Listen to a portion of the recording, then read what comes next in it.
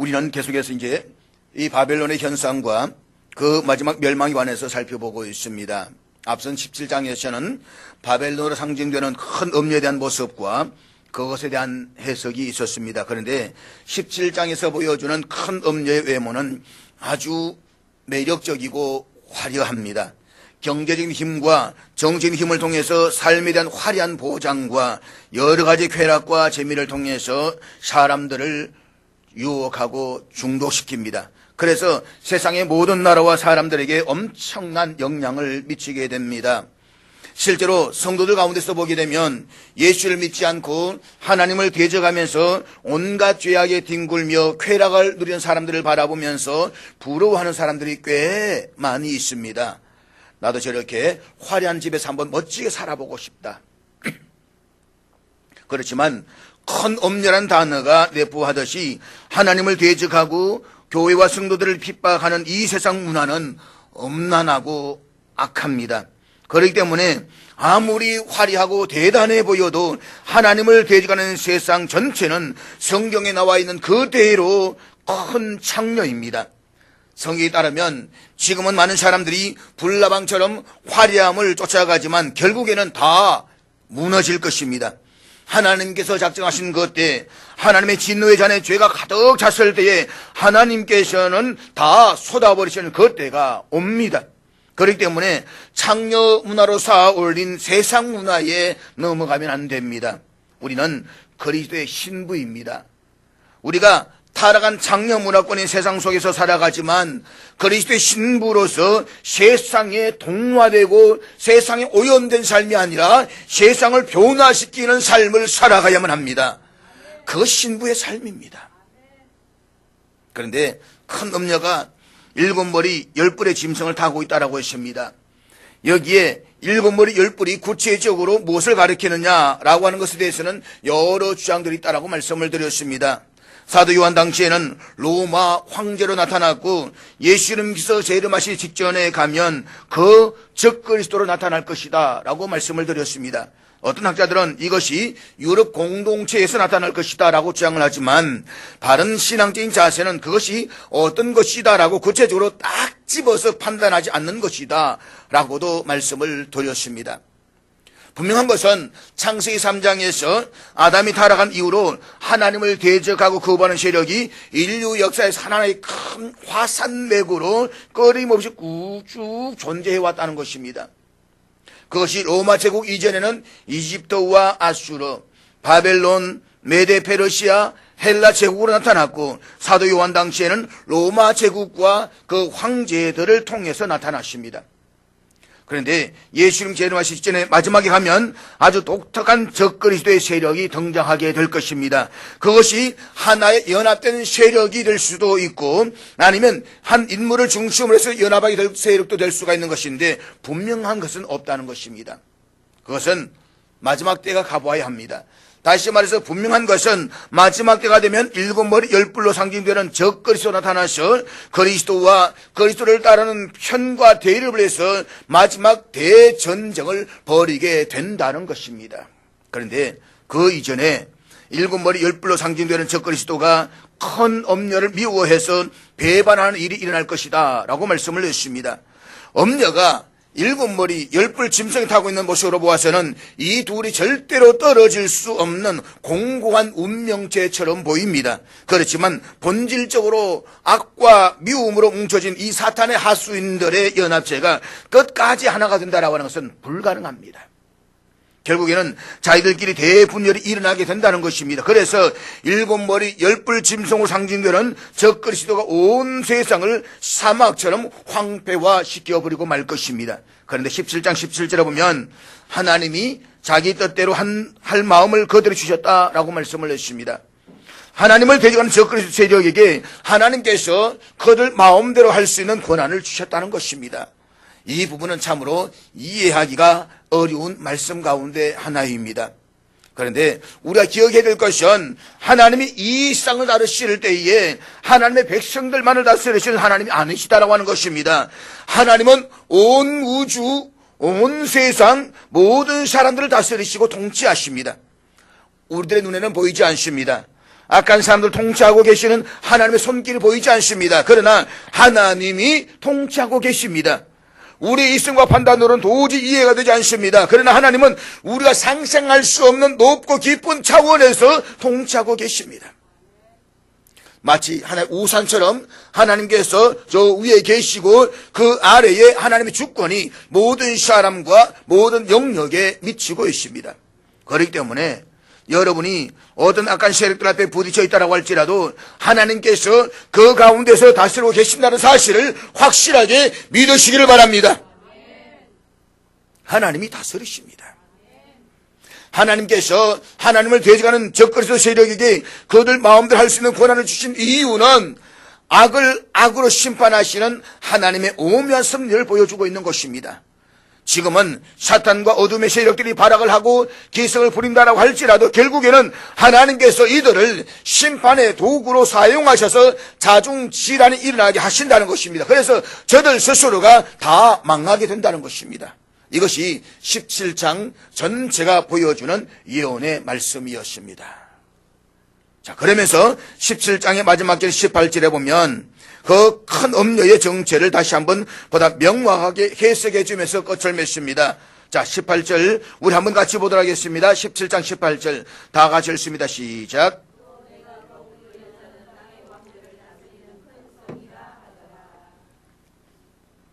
자, 그러면서 18장에서는 큰 엄녀로 상징되는 큰 성 바벨론의 멸망을 이야기하고 있습니다. 사실 17장과 18장 두 장이 다 바벨론의 멸망을 예언하고 있습니다. 앞서 18장 살펴본 대로 이들 두 장에는 나름대로의 공통점이 있습니다. 두 장이 다 바벨론을 큰 성이라고 했고 바벨론의 엄행을 강조하고 있습니다. 그리고 두 장이 다 바벨론이 불에 타고 황폐해질 것이라고 예언을 하고 있습니다. 뿐만 아니라 두 장이 다 신자들의 순교에 대한 책임이 있다라고 말씀을 합니다. 그렇지만 17장과 18장에는 나름의 차이가 있습니다. 17장은 바벨론의 종교적 정치사적인 측면을 두드러지게 밝히고 있습니다. 반면에 18장에서는 바벨론의 상업적인 측면을 두드러지게 밝히고 있습니다. 그래서 18장에서는 땅과 바다의 상인들과 수많은 상품들 또 경제적인 번영으로 인한 사치와 정욕과 교만을 부각시키고 있습니다. 그리고 17장이 엄녀로서의 바벨론의 성격과 특성을 다루고 있다고 한다면 이 18장은 바벨론이 멸망하게 된 원인과 결과 그리고 바벨론의 멸망에 대한 긴 애가 슬픈 이야기를 다루고 있습니다. 그래서 18장에서는 바벨론의 멸망으로 인한 통곡의 소리를 우리는 계속해서 듣게 될 것입니다. 결국 화려하고 사치스럽던 바벨론이 철저하게 무너짐과 함께 계속 울려 퍼지는 애가는 예수 그리스도의 제 이름을 고대하는 교회와 성도들의 소망과 기대가 이 세상에 있지 않아야 된다는 사실을 우리에게 확실하게 교훈하고 있는 것입니다. 그래서 여러분, 우리의 소망은 이 땅이 아닙니다. 우리의 소망은 여기에 있는 것이 아닙니다. 우리의 소망은 예수 그리스도에 있습니다. 우리의 소망은 주님이 완성하신 그 나라에 있는 것입니다. 그 믿음을 가지고 살라고 하는 것이 오늘 18장이 우리에게 주는 마지막 경고의 메시지인 것입니다. 앞선 17장 1절에서 7 대접을 가진 7 천사 가운데 한 천사가 많은 물 위에 앉은 큰 엄녀가 받을 심판을 보여주겠다라고 말씀한 바가 있습니다. 그리고 그 이후에 이 천사는 요한을 광야로 데리고 나가서 여자가 붉은 빛을 한 7머리 10뿔의 짐승을 타고 있는 모습을 보여주었습니다.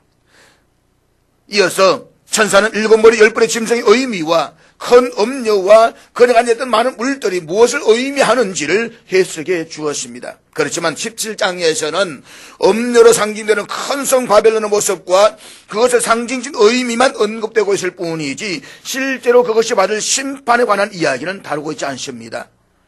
7 대접을 가진 7 천사 가운데 한 천사가 예고했던 큰 엄녀가 받을 심판은 오늘의 본문인 18장에서 보다 자세하게 다루어지고 있습니다.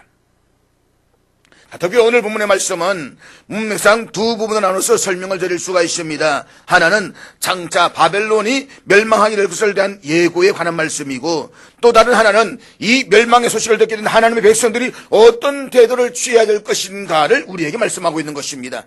우리는 이런 두 가지의 구조를 머릿속에 담고 있으면서 오늘 이제 본문의 말씀을 함께 살펴보려고 합니다. 먼저 본문 1절 말씀, 우리 계시록 18장 1절 다 같이 읽겠습니다. 시작.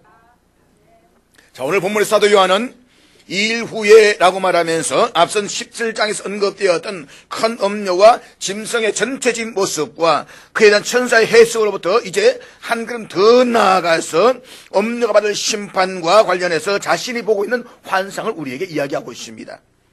그런데 1절에서 사도 요한이 본 천사는 그냥 보통 천사가 아니라 하나님의 보좌로부터 파송되는 큰 권세를 가진 천사임을 소개하고 있습니다.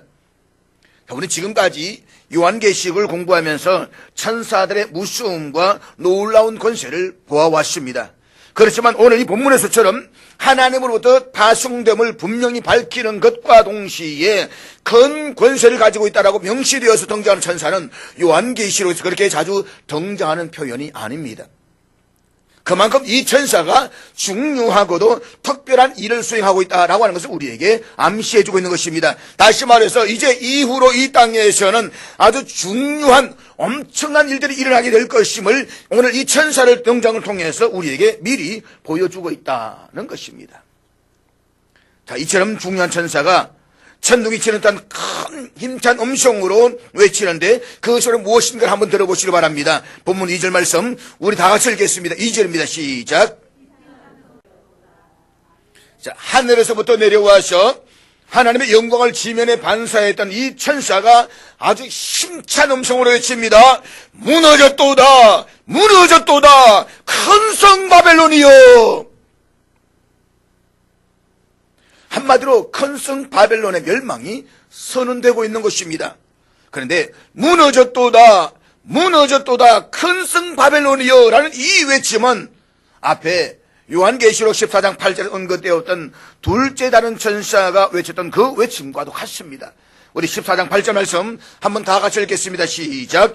또 다른 천사 곧 둘째가 그 뒤를 따라 말하되 무너졌도다, 무너졌도다, 큰 성 바벨론이여 모든 나라에게 그 음행으로 말미암아 진노의 포도주를 먹이던 자로다 하더라. 그러니까 큰 성 바벨론의 멸망은 이미 요한계시록 14장 8절에서 선언이 되었습니다. 그런데 이 내용이 16장 19절에 가면 7대 대접의 재앙에서 본격적인 멸망이 이르게 될 것임을 보다 분명하게 보여주고 있습니다. 그리고 오늘 본문 18장에서는 보다 더 확실하게 선언되고 있습니다. 이것이 요한계시록의 문학적 특징입니다. 그러니까 바벨론의 멸망이 앞에서 선언되면서 그것이 뒤로 가면서 점점 더 자세하게 구체적으로 우리에게 보여주고 있는 것입니다. 이것을 가지고 우리는 점진적 반복 진행 기법이다라고 말합니다. 점진적 반복 진행 기법. 그러니까 점진적 반복 진행이라는 게 무슨 뜻이냐? 일반적으로 요한계시록 해석할 때에 요한계시록에 나오는 내용을 6장부터 순서대로 해석을 해가지고 이것이 시대적 연대기적으로 진행되는 것이다 라고 해석하는 사람들이 있습니다. 그러니까 인류의 역사를 놓고 6장은 이때에 나타나고 7장은 이때에 나타나고 8장은 어느 때에 나타났다가 이제 마지막 때가 가면 예수님이 재림하신 때를 가리킨다 라고 보는 것입니다. 그러나 이렇게 이해를 하고 해석하는 것은 신학을 올바로 배우지 못한 사람들의 생각입니다. 요한계시록은 사건을 6장부터 순서대로 해서 시대적 연대기적으로 기록한 것이 아닙니다. 요한계시록에서 중요한 3대 재앙 시리즈가 있다고 했습니다. 다시 말해서 7인과 7나팔과 7재앙을 이야기합니다. 그런데 이 7인과 7나팔과 7대접의 재앙을 놓고 보아도 이것이 연대기적으로 시대적으로 볼 수 없다는 것을 우리가 분명히 알 수 있는 것입니다. 다시 말해서 7인은 인간에 대한 재앙이라고 했습니다. 7나팔은 환경에 대한 재앙이라고 했습니다. 7대접도 환경에 대한 재앙이라고 말씀을 했습니다. 자, 그런데 우리가 이 세대주의적 입장에서 본다고 한다면 이 부분은 해석할 수 있는 길이 없습니다. 다시 말하면 우리가 오늘 성경을 봤을 때에 인간에 대한 재앙과 환경에 대한 재앙은 중보기에서 지금 다 동시에 나타나고 있지 않습니까? 그렇기 때문에 세대주의자들이나 일부에서는 역사에서 시대적으로 진행된다라고 말하고 있지만 이것은 동시에 중보기에서 함께 나타나는 사건들인 것입니다. 그러니까 요한계시록은 시대적으로 연대적으로 진행되는 것이 아니라 반복적으로 다루어지고 있는 것인데 앞부분에서 계속해서 마지막에서 일어날 사건들이 이미 나오고 있습니다. 마지막을 다 보여주고 그 중간을 보여주고 그리고 마지막을 다 보여주고 또 중간을 보여주고 있습니다. 그러면서 전진해 가는 겁니다. 이것이 요한계시를 가지고 있는 문학적 특징이라는 것입니다. 그러니까 큰성 바벨로 상징되는 이 세상의 마지막에 대한 심판의 내용은 6장에도 나오고 11장과 14장, 16장, 18장, 19장, 20장에도 나옵니다. 마지막을 미리 보여주시면서 조금씩 전진을 하고 있는데 이것을 우리는 점진적 반복 진행이다 라고 말하는 것입니다. 점진적으로 반복되고 있다는 것입니다. 제가 지금 이렇게 말씀을 드리는 것은 제발 잘못된 해석으로 넘어가지 말라는 것입니다. 요한계시를 해석할 때에 이렇게 시대적, 연대적으로 해석을 하면서 이것을 듣는 교인들로 하여금 아주 공포와 두려움을 주는 사람들이 있습니다. 이래서 우리가 조심해야 된다, 휴고된다라고 하면서 아주 경각심을 주면서 공포를 주는 사람들이 꽤 많이 있습니다. 우리가 그런 잘못된 가르침을 따라가게 되면 안 된다는 것입니다. 그러면 자신도 망하고 가정도 망하고 결국 다 망하고 마는 것입니다. 자, 무너졌도다 큰 성 바벨론이여. 여기 무너졌다라고 하는 말은 부정 과거형으로 쓰여지고 있습니다. 그러니까 이미 다 무너졌다는 것입니다. 자, 그런데 사도 요한 당시에 바벨론으로 상징되는 로마는 아직도 무너지지 않았습니다. 그럼에도 불구하고 아직 무너지지 않은 로마를 앞에 두고 무너졌도다 큰 성 바벨론이여 라고 말하면서 과거 시제를 사용하고 있습니다. 한마디로 예언적 과거라는 말입니다. 그것도 한 번이 아니라 두 번에서 반복이라고 강조하면서 무너졌도다 라고 말하고 있는 것은 큰 성 바벨론의 완전한 멸망이 피할 수 없는 너무나도 확실한 미래라는 사실을 우리에게 예언하고 있는 것입니다. 그렇습니다. 큰 성 바벨론 상징하는 이 세상은 무너질 것입니다. 이 땅에 죄악이 가득 찼을 때에, 그래서 하나님의 진노자로 꽉 찼을 때에 하나님께서 마지막 심판의 철대를 내리치실 것입니다. 이것은 취소하거나 바꿀 수 없는 너무나도 분명하고도 확실한 사실이다 이 말씀인 것입니다.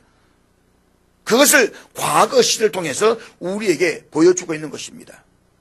자, 그런데 2절 후반부에 보면 바벨론이 멸망한 뒤에 어떤 일이 나고 있는가를 우리에게 구체적으로 보여주고 있습니다. 자, 2절 하반부 보면 귀신의 처소라고 하는 부분 같이 우리 같이 읽겠습니다. 시작. 자, 여기 보면 바벨론이 귀신의 처소와 각종 더러운 영이 모이는 곳이라고 말하고 있습니다.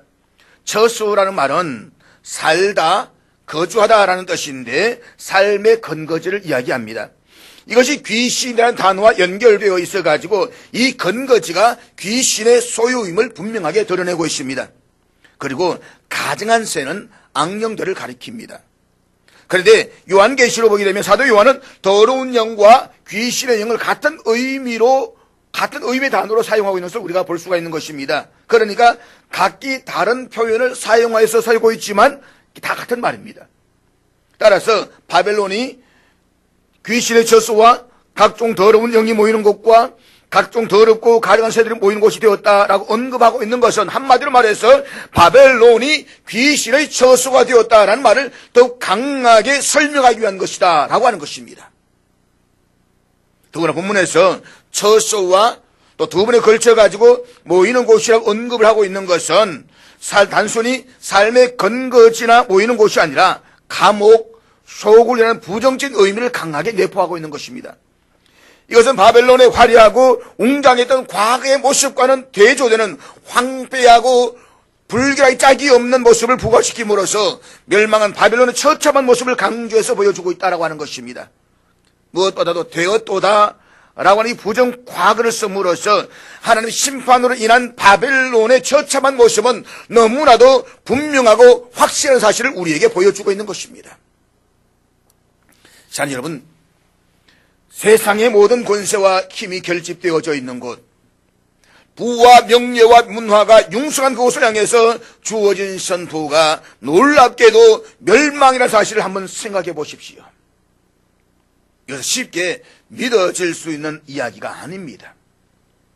더구나 인간 이성에 대한 무한한 자부심과 오만함을 가지고 있는 인간들에게는 결코 받아들여질 수 있는 내용이 아닙니다. 18세기 계몽주의 시대 이후로 이성을 재발견한 인간은 과학과 기술의 무한한 발전을 기대하면서 하나님이 없는 유토피아를 꿈꿔왔습니다. 하나님이 없어도 우리는 얼마든지 잘 살 수가 있다. 하나님이 없어도 얼마든지 이 땅을 화려하게 만들어갈 수가 있다. 그 꿈을 키워왔습니다. 그래서 하나님을 거역하고 스스로 높아지고자 하는 욕망을 가지고 굉장히 화려하고 매혹적인 세속 문화를 만들어 왔습니다. 보십시오. 바벨론으로 상징되는 이 세상은 점차 공룡처럼 커져가고 있습니다. 인간의 끝없는 욕망과 교만으로 쌓아올린 바벨탑은 끝도 모르고 올라가고 있습니다. 화려합니다. 휘황찬란합니다. 고급스럽고 아주 우아합니다. 날로 화려하고 거대저하는 세상에는 공룡이 성경의 정문을 비웃기라도 하듯이 입을 크게 벌려서 보유하고 있습니다. 우리는 이와 같은 세상에 화려하고 거창한 현실의 모습을 바라보면서 탄성을 지르기도 하고 때로는 한없이 부러워하기도 합니다. 그러나 기억하십시오. 하나님을 거부할 뿐만 아니라 적극적으로 대적하며 믿음을 거부하는 이 세상의 바벨탑은 결국에는 무너질 것입니다. 화려했던 세상 문화도 멸망의 끝을 맞이하게 될 것입니다. 그때 이 세상은 본문에서 예언하고 있는 것처럼 귀신의 처소와 각종 더러운 영이 모이는 것과 각종 더럽고 가장한 새들이 모이는 곳으로 되고 말 것입니다. 성경과 요한계시록이 그렇게 말씀하고 있습니다. 그에 불구하고 성경과 요한계시록 말씀하고 있는 이 분명한 사실을 믿지 않는 사람들이 있습니다. 심지어는 성경을 붙잡고 있는 믿음의 사람들조차도 이 사실을 믿지 않는 사람들이 꽤 있습니다. 그게 AD 95년에 기록된 성경인데 뭘 오늘 말씀 있냐고. 부귀 영화를 꿈꾸면서 앞만 향해 달려가는 사람들은 건성 바벨론 상징되는 이 세상이 망해서 폐허가 된다라고 하는 이 엄연한 진리를 도저히 믿을 수 없는 소설처럼 들여온 사람들이 있습니다. 그러나 인류 역사를 돌이켜보면 놀라운 번영 속에 숨겨진 폐허를 우리는 쉽게 찾아볼 수가 있습니다. 소돔과 고모라, 사마리아와 니느웨, 예루살렘과 바벨론, 심지어는 폼페이 도성, 이것이 우리는 대표적으로 말할 수가 있는 것입니다. 무엇보다 바벨론을 한번 생각해 보시기 바랍니다. 이사야 13장 19절 말씀 우리 한번 다 같이 읽도록 하겠습니다. 이사야 13장 19절 같이 읽겠습니다. 시작. 자, 여러분, 이사야가 이 예언을 할 때의 바벨론은 아직 최전성기를 맞이하지도 않았습니다. 오히려 이 예언이 있은 이후에 약 250년 뒤가 바벨론의 최전성기였습니다. 점점 발전해 가는 도시, 점점 세계 최대 강국으로 힘차게 뻗어가는 도시를 향해서 하나님께 멸망당한 소돔과 고모라 같이 된다라고 예언한 선자의 말을 누가 쉽게 믿을 수가 있겠습니까? 웃기지 마라. 저 바벨론이 왜 멸망하느냐? 저렇게 뻗어나가는데 누가 멸망시킬 수 있느냐? 그 당시에 사람들 생각이었습니다. 그러나 이 예언은 바벨론의 영광이 가장 극에 달했을 때에 성취가 되었습니다. 그래서 바벨론 여터가 온갖 덜짐승들의 보금자리가 된 것입니다. 지금도 이라크, 바벨론 터전에 가보면 완전히 황폐화된 그냥 덜짐승들의 보금자리가 되었습니다.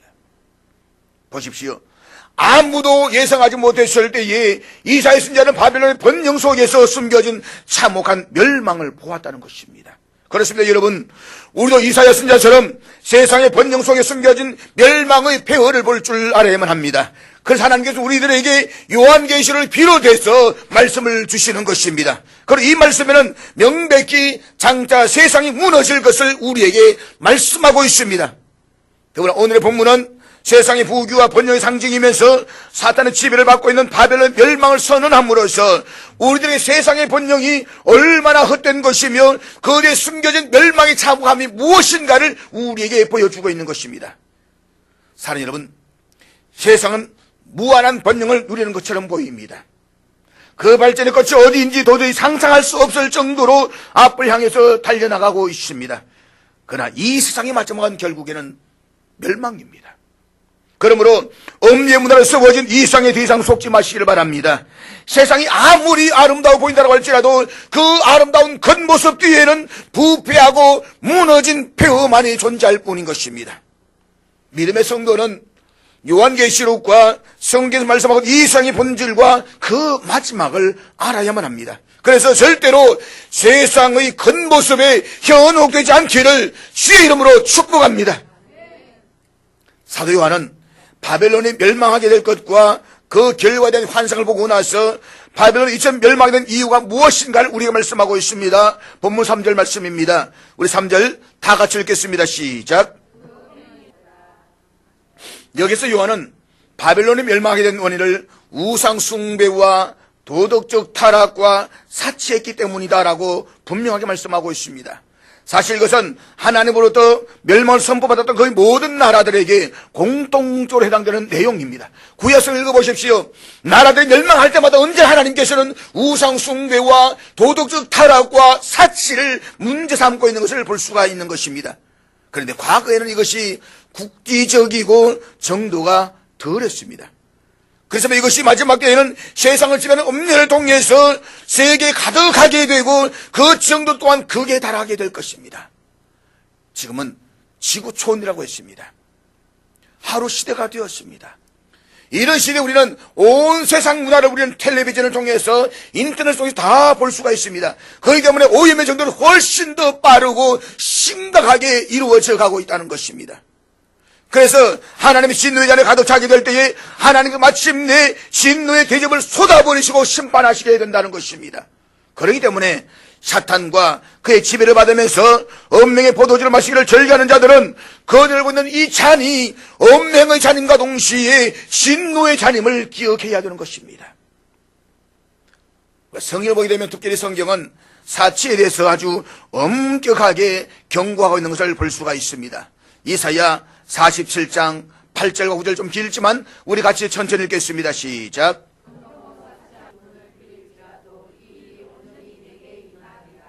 여기서 볼 수 있듯이 사치는 교만함의 외적인 표현이면서 이기주의와 이웃을 사랑하지 않는 증거가 된다는 것입니다. 따라서 사치와 방종은 자신을 신으로 섬기거나 물건들을 신으로 섬기는 싸우는 우상 숭배라고 말할 수 있습니다. 사치가 무엇입니까? 물건을 신으로 섬기는 것입니다.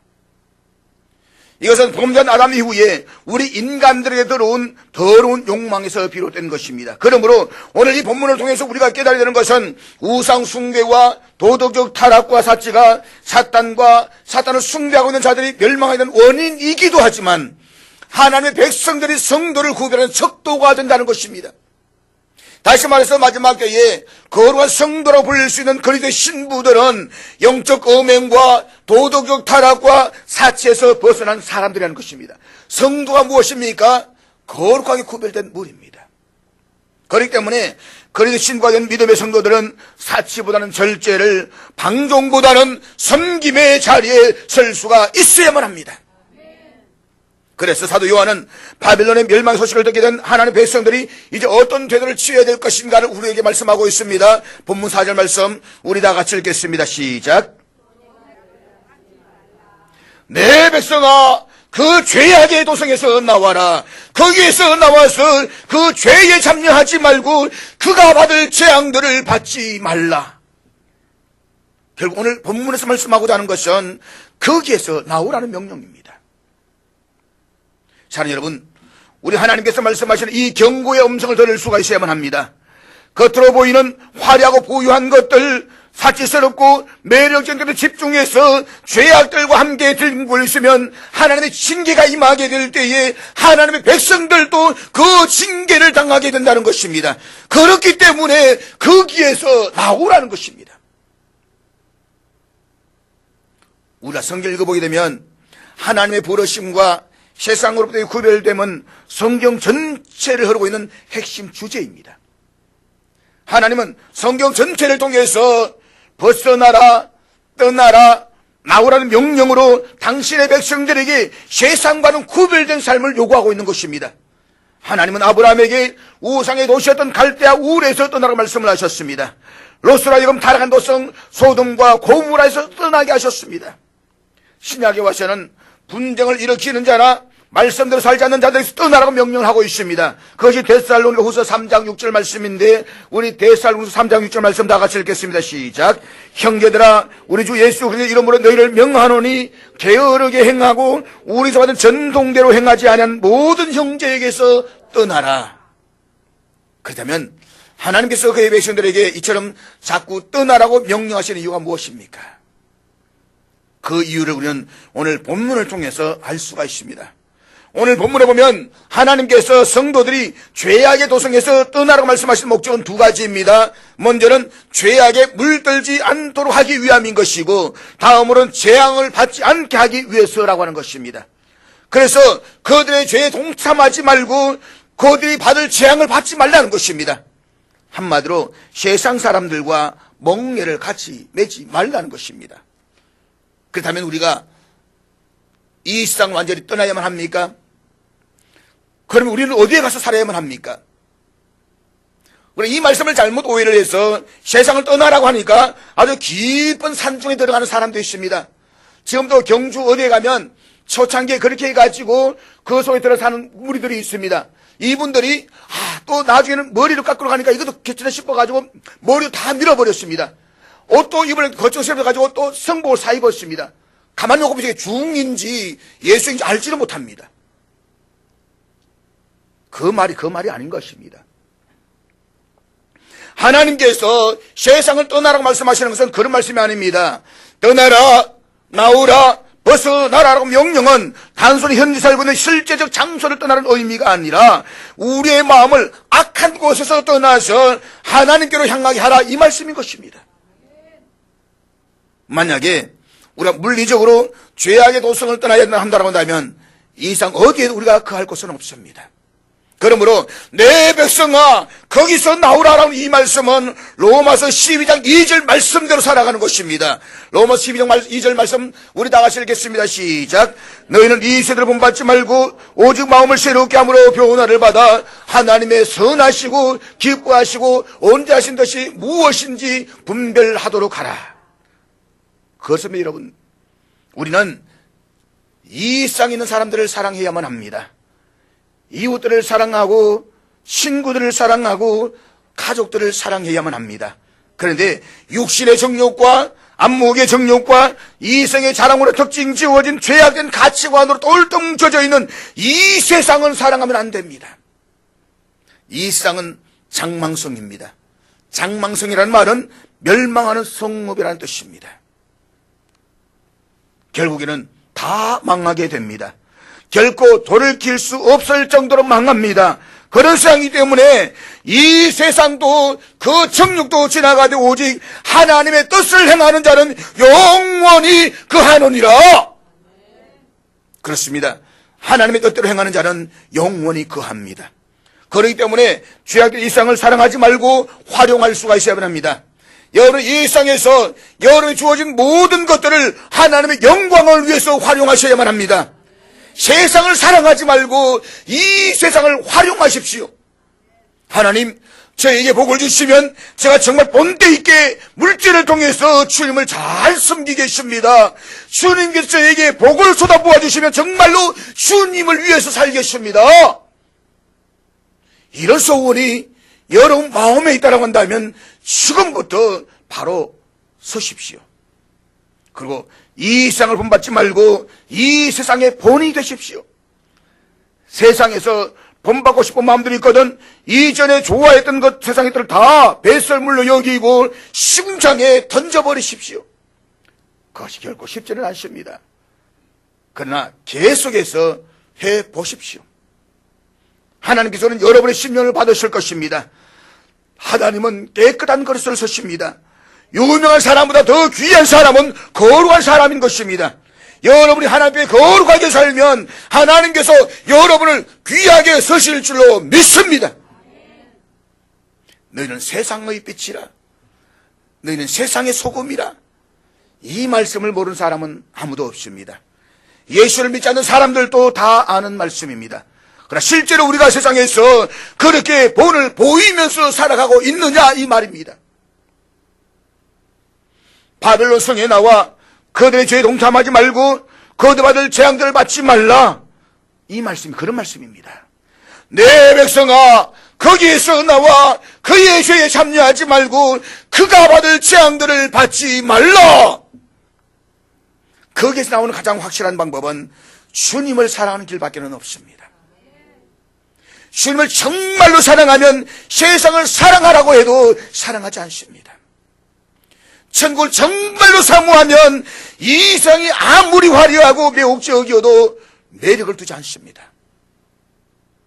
주님이 너무 좋아서 세상에 1,000,000금을 준다고 할지라도 주님이 싫어하시는 것이라고 하면 그 길로 가지 않습니다. 주님이 너무 좋았어요. 검는 하늘 살아가면서 타락한 거기에서 나와서 여러분 가슴에 주님을 더 사랑하는 마음이 더 깊이 뿌려내리는 그런 멋진 한 해가 될 수 있기를 주의 이름으로 축복합니다.